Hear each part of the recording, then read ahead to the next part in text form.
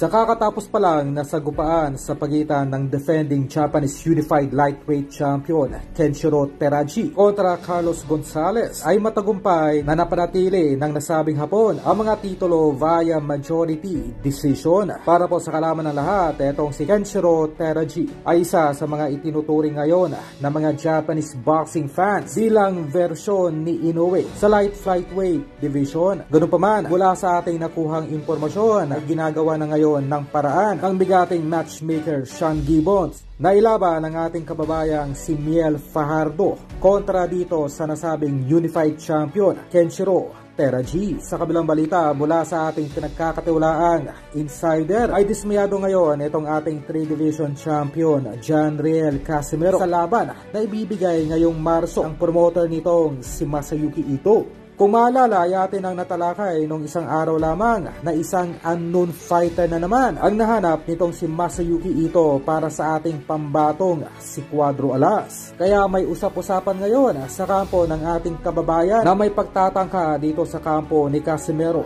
na aatras ngayong Marso sa nasabing laban nito kung hindi pa rin maibibigay ng Treasure Boxing Promotion ang hinihinging bigating laban nitong si Alas sa Super Bantamweight Division. Ganun pa man, kung matuloy pa rin sa isang tune-up fight na naman etong si Alas ngayong darating na Marso o Abril, ay tila hindi na rin ito masama para sa ating pambato dahil itong si Casimero po ay nakakontrata pa rin sa Treasure Boxing Promotion na kung saan sa bawat laban ni Alas ay may guaranteed purse mula sa promoter nito na hindi bababa sa 3 milyong piso bawat laban. Kumbaga ay easy fight, easy money pa rin para sa ating pambatong si Cuadro Alas.